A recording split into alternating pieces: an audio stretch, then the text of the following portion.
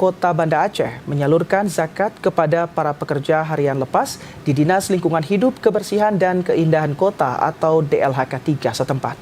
Ya, penyaluran zakat itu dilakukan sebagai bentuk kepedulian terhadap para petugas kebersihan yang selama ini berperan dalam menjaga kebersihan kota. Sebanyak 445 pekerja harian lepas atau PHL di Dinas Lingkungan Hidup, Kebersihan dan Keindahan Kota atau DLHK 3 Banda Aceh menerima bantuan zakat yang diberikan langsung secara simbolis oleh Wali Kota Banda Aceh, Iliza Sa'aduddin Jamal, pada Selasa siang. Bantuan zakat diberikan kepada para petugas kebersihan dan tenaga lapangan yang sehari-hari bertugas menjaga kebersihan serta keindahan kota. Penyaluran zakat ini ditujukan untuk membantu meringankan kebutuhan para pekerja, terutama dalam menyambut Hari Raya Idul Fitri. Adapun zakat yang diberikan dari jumlah zakat senif miskin kepada petugas PHL diberikan berupa uang sebesar Rp600.000 per orang, serta bingkisan berisi 1 buah kain sarung, mukena, sajadah, dan Al-Quran. Adapun total dari dana zakat yang disalurkan berjumlah Rp271.800.000 yang ditransfer langsung kepada penerima.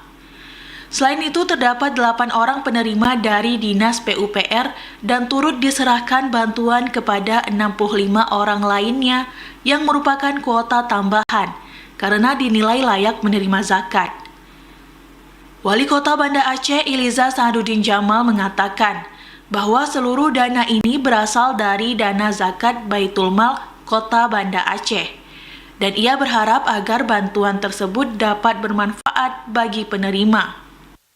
Menyalurkan zakat bagi para petugas harian lepas di DLHK 3 yang duit ini berasal dari Baitul Mal, para muzaki yang telah mengeluarkan zakat kepada Baitul Mal Kota Banda Aceh, dan kami juga menyerahkan paket untuk para pekerja kebersihan yang terdiri dari kain sarung, mukena untuk keluarga, kemudian Al-Quran, sajadah ya untuk ini ibadah mereka.